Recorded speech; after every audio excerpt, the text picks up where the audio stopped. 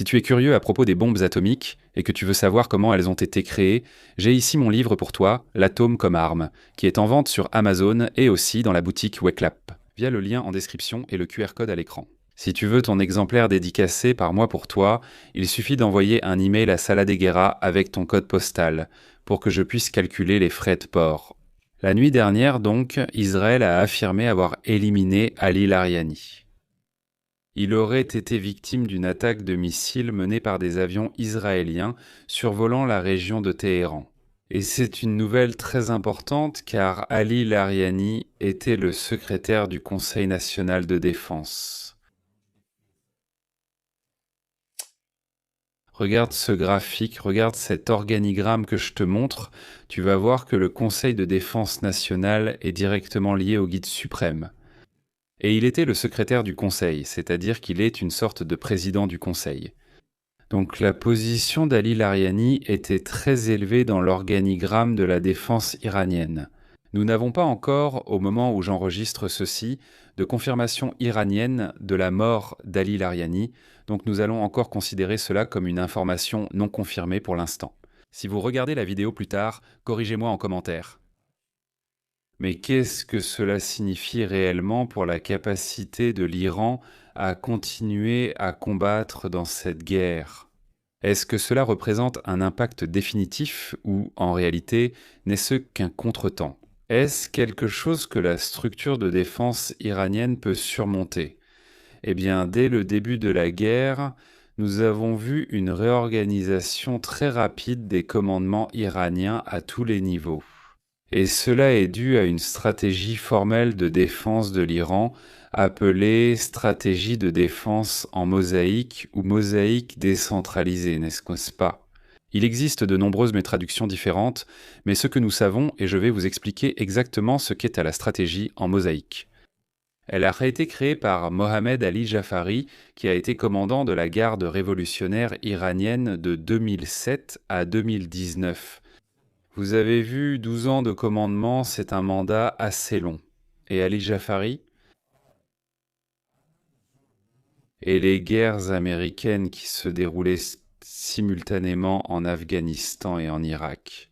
Et si vous regardez la carte de l'Iran, vous verrez que l'Afghanistan et l'Irak se trouvent justement aux deux extrémités du pays. L'Iran a une frontière avec l'Afghanistan et l'Irak.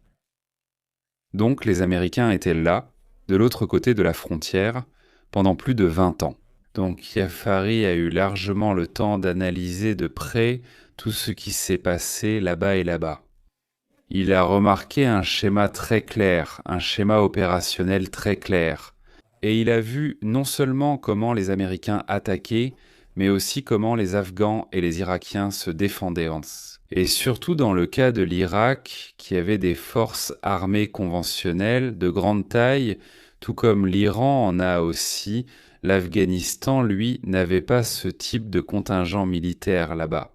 Au début, il y avait une opposition beaucoup plus faible depuis toujours, mais l'Irak avait une force assez importante.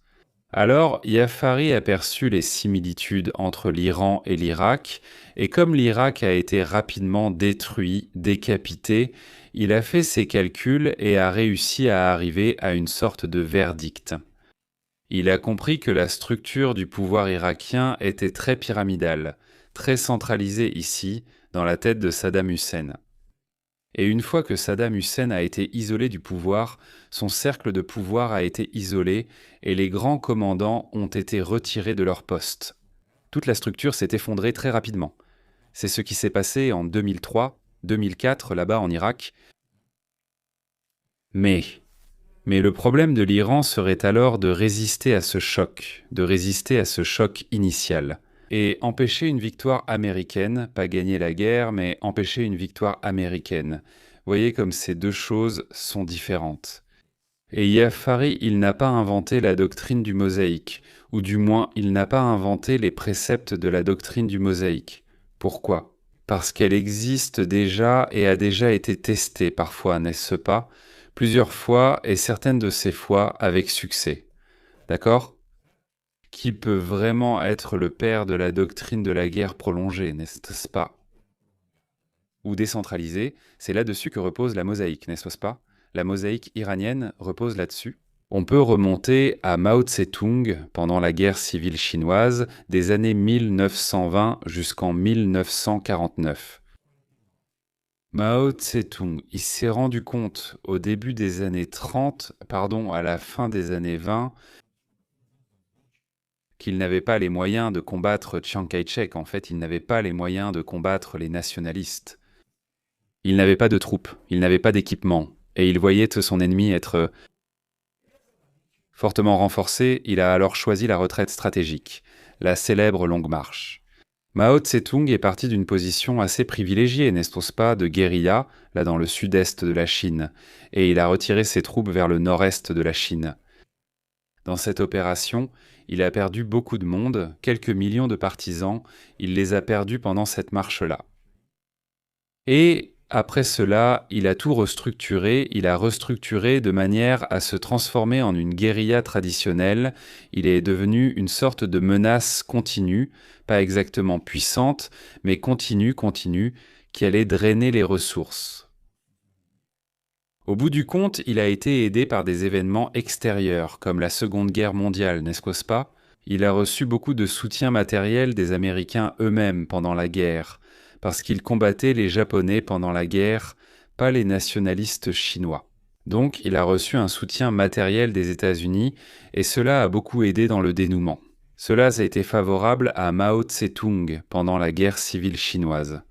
Ho Chi Minh, un autre leader révolutionnaire, a utilisé cette même tactique de décentralisation, de guerre asymétrique, de guérilla, pour pouvoir l'emporter. Les forces nord-américaines et sud-vietnamiennes, bien mieux armées, n'est-ce pas, et avec une puissance de feu bien supérieure à celle du propre Vietnam du Nord, n'est-ce pas, pendant de longues années de guerre au Vietnam. Les Algériens ont fait cela, n'est-ce pas, contre les Français, et les Afghans l'ont aussi fait contre les Américains. Donc on voit que toute la théorie de la guerre décentralisée, toute la théorie de la guerre prolongée et asymétrique n'est pas nouvelle. Mais elle a été incorporée par Ali Yafari dans la doctrine de la défense en mosaïque. Le terme, oui, a été inventé par lui, par l'Iran. Il donne son nom à la stratégie nationale de défense iranienne actuelle, n'est-ce pas ? Donc les Iraniens, eux, ne cherchent pas à gagner la guerre. Ils cherchent à refuser la victoire à l'adversaire. Comme je vous l'ai dit, en augmentant le coût politique et le coût économique de la guerre pour l'ennemi. Comment augmente-t-on le coût politique et le coût économique ? Comment augmente-t-on le coût politique ? En transformant une situation qui était claire, n'est-ce pas ? C'était une situation claire de A contre B, de nous contre eux. Dans une situation qui implique beaucoup plus de monde, qui implique beaucoup plus d'acteurs. Et alors, le coût politique, c'est le coût diplomatique des relations de ces autres pays avec les États-Unis et aussi la relation du peuple américain avec son gouvernement. Vous vous souvenez du Vietnam, quand Jane Fonda est allée au Nord-Vietnam et a fait une sorte de tournée avec les Nord-Vietnamiens ? Accueillir une actrice d'Hollywood, mec ? Et à quel point cela a eu un impact aux États-Unis, n'est-ce pas, pour la formation des groupes opposés à la guerre du Vietnam dans le pays. Aujourd'hui, avec les réseaux sociaux, une actrice d'Hollywood n'a même plus besoin d'y aller, surtout en Iran. Donc aujourd'hui, les services de renseignement iraniens utilisent Internet à leur avantage pour pouvoir aussi augmenter le coût politique de la guerre. N'est-ce pas contre les États-Unis et Israël aussi ? Ce n'est pas que les deux autres ne fassent pas ça aussi, bien sûr, parce que la maîtrise de l'information, n'est-ce pas ? La maîtrise de l'information est un domaine qui traverse tous les autres domaines. Terre, mer, air, espace et cyberespace. Par conséquent, c'est fondamental pour le contrôle politique, pour les coûts de politique d'une guerre au XXIe siècle. Et nous avons aussi les coûts économiques, n'est-ce pas ? Les coûts économiques, dans le cas de l'Iran, sont clairement liés au pétrole et aux produits dérivés du pétrole. Pourquoi ? Parce que là, juste dans le golfe Persique, n'est-ce pas, sur la côte iranienne, se trouvent les plus grands gisements de pétrole du monde, les plus grandes raffineries, n'est-ce pas, et les centres de distribution. Et cette particularité géographique là-bas en Iran, sur la côte iranienne, qui est le détroit d'Ormuz, en est une. C'est une bénédiction pour les Iraniens, parce qu'ils arrivent vraiment à contrôler tout le flux de pétrole de toute la région. N'est-ce pas en fermant le détroit ou, comme ils le font aujourd'hui, en fermant sélectivement le détroit, car ce n'est pas une fermeture à 100% du détroit. Ils contrôlent quels navires, de quels pavillons peuvent passer et lesquels ne peuvent pas passer. N'est-ce pas? Donc certaines nations ont des garanties, et certaines nations d'ailleurs obtiennent des garanties en faisant un certain type d'échange avec le gouvernement iranien, en offrant à l'Iran un certain type d'avantage en échange. Cela peut être la fourniture d'un certain type de matériel, ou bien la facilitation d'un financement de quelque nature que ce soit. Vous comprenez donc, le détroit d'Ormuz est en fait un grand levier pour la doctrine de défense nationale iranienne. D'accord, alors en quoi cela consiste-t-il, mec, supposons? Maintenant, on parle de la doctrine du mosaïque, et jusqu'à présent, elle ne l'a pas été. Elle n'a pas été très utilisée dans la pratique, sauf dans le cas du remplacement des dirigeants dont je vais vous parler ici. D'accord? Pourquoi est-ce que je dis ça, qu'elle n'a pas été beaucoup utilisée? Parce que l'Iran n'a pas été envahi, n'est-ce pas? L'Iran jusqu'à présent n'a pas encore été envahi, si jamais il doit l'être, il ne l'a pas été. Donc ce n'est pas encore la situation du Vietnam, et ce n'est pas encore la situation de l'Irak et de l'Afghanistan. Il n'y a pas d'invasion terrestre de l'Iran jusqu'à présent, mais s'il y avait une invasion terrestre de l'Iran, comment le mosaïque réagirait-il? Eh bien, l'Iran, il a deux ensembles de forces armées, deux ensembles indépendants. Il y a l'Artesh, qui sont les forces armées traditionnelles, c'est-à-dire l'armée, la force aérienne, la marine et une force de missiles. Et il y a la célèbre garde révolutionnaire iranienne, qui a aussi une force terrestre, navale, aérienne et une force de missiles. Cependant, les effectifs de la garde révolutionnaire sont bien inférieurs à ceux des forces armées traditionnelles, de l'Artesh. Alors les gars, on remarque que les forces traditionnelles, qui comptent environ 350 000 hommes, sont en majorité, bien sûr, dans les forces terrestres de l'armée. Selon Mosaico, ce sont les forces armées traditionnelles qui devraient subir le premier choc de la guerre, qui devraient recevoir le premier impact de l'invasion américaine. C'est-à-dire que l'affrontement avec les forces terrestres américaines doit se faire avec l'Artesh, donc on suppose un nombre de pertes assez important pour l'Artesh en cas d'invasion terrestre de l'Iran. La deuxième vague, c'est-à-dire la deuxième vague de résistance, je ne dirais même pas d'attaque mais de résistance, est alors assumée par la garde révolutionnaire. Comme la garde révolutionnaire est beaucoup plus petite par rapport à l'armée, elle compte environ 150 000 hommes. La garde révolutionnaire s'appuie sur une autre organisation pour composer ses effectifs de soldats, ses cadres de combat effectifs. Quelle est cette organisation? Une milice nationale appelée Basij, donc c'est cette milice qui a une organisation municipale en Iran. Chaque petite ville, chaque village a un secrétariat de la Basij. Pour faire le recrutement et pour réaliser la formation militaire de base des nouveaux miliciens, ces nouveaux miliciens sont formés dès l'enfance. Les garçons là-bas, dès l'âge de 12 ou 13 ans, commencent déjà à recevoir une formation militaire de base, c'est-à-dire la manipulation d'un fusil. Comment lance-t-on une grenade? Ils suivent, en somme, une formation de base pour devenir un soldat au moins minimalement efficace. Mais les chiffres concernant Basir varient beaucoup. Certaines estimations parlent de 90 000, mais d'autres vont jusqu'à 1 million d'hommes dans la Basir. Et tout cela va dépendre de la capacité réelle du gouvernement iranien à amener ses miliciens sur la ligne de front, vraiment, à les amener sur la ligne de front. Parce qu'une estimation, en réalité, elle peut faire pencher les chiffres d'un côté ou de l'autre. Mais qu'en est-il vraiment? Au moment où l'attaque aura lieu, combien de ces miliciens, qui sont en réalité de simples citoyens, n'est-ce pas? seront effectivement envoyés sur le front. Tu comprends? Donc ça, c'est une énorme question. Dans le schéma défensif iranien, on ne peut vraiment le savoir qu'en cas d'une véritable invasion, n'est-ce pas? Donc le schéma de défense en mosaïque, il suppose cet ordre dont je vous ai parlé. Pendant que la force de missile que nous voyons actuellement en action, la force de missile exerce le seul système, la seule couche de contre-attaque possible, n'est-ce pas? Parce que ce système de missiles, tout le programme de missiles, c'est ce qui va permettre de mener des attaques à longue portée. C'est ce qui va, par exemple, frapper des bases ennemies. Qu'elle est en train de faire maintenant, qui va atteindre les lignes d'approvisionnement, qui va frapper les points névralgiques. Pour la guerre économique, c'est aussi ce qu'elle fait en ce moment. Pourquoi? Parce que ni Aretesh ni la garde révolutionnaire n'ont de capacité offensive en ce moment et ne devraient d'un pas en avoir. Ce n'est pas prévu, leur capacité est défensive, et c'est ce qui est prévu dans le modèle défensif iranien, n'est-ce pas? Et ensuite vient la question des successeurs, dont je vous ai parlé, n'est-ce pas? On a déjà vu le modèle en mosaïque fonctionner de façon plus évidente, c'est avec la question des successeurs. On dit que c'est une idée de l'ayatollah Ali Khamenei, mort dès le premier jour de la guerre, n'est-ce pas? De nommer 4 successeurs, c'est pour cela qu'on l'appelle le modèle du 4e successeur. Vous nommez 4 personnes à la tête de tous les organismes militaires importants du pays.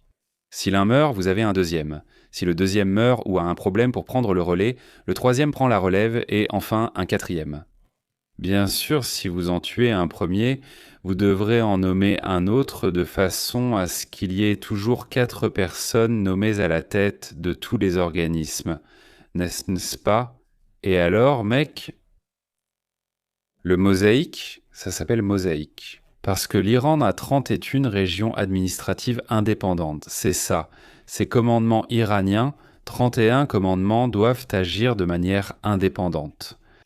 Ils ont des instructions de Téhéran, probablement datant des derniers jours avant la guerre.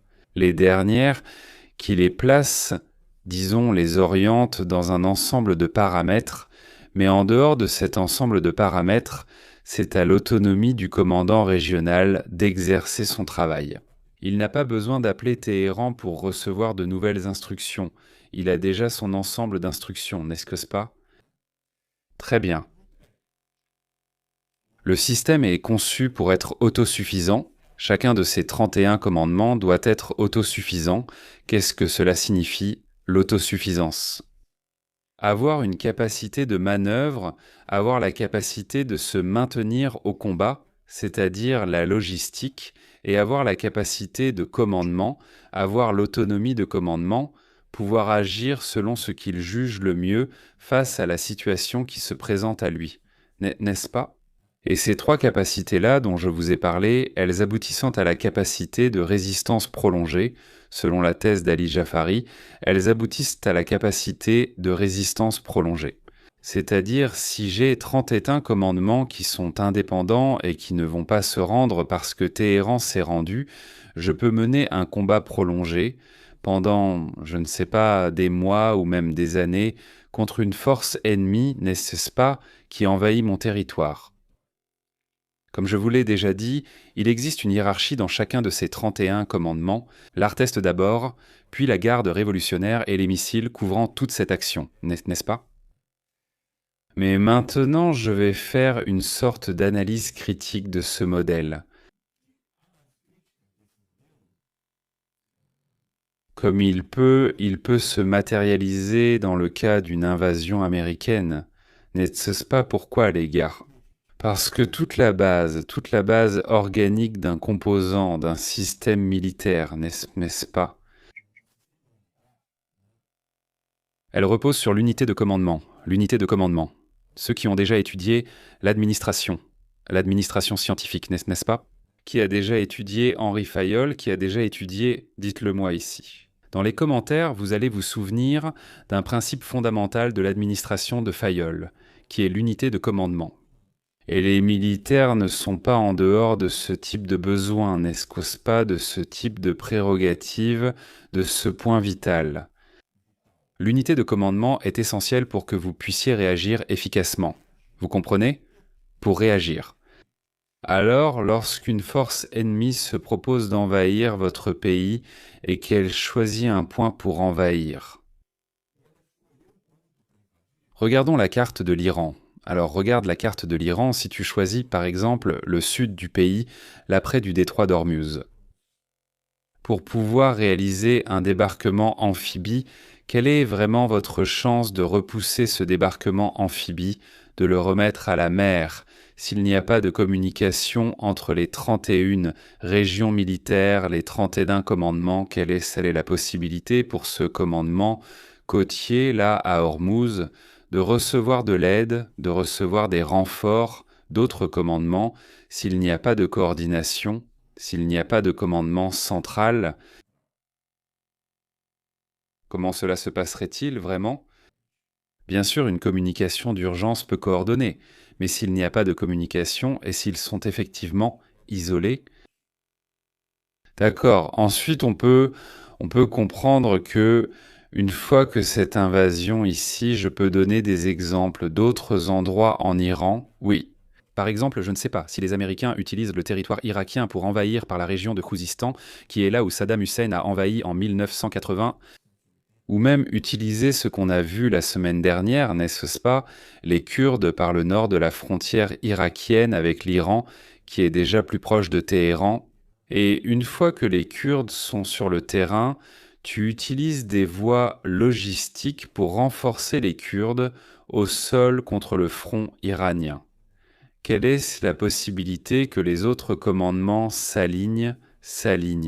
La réserve stratégique centrale, il existe une réserve stratégique centrale à envoyer là-bas. Le deuxième point de cette défense en mosaïque que j'aimerais vous expliquer un peu, c'est la très grande dépendance à la milice, n'est-ce pas? Et à travers l'histoire, les milices sont une sorte de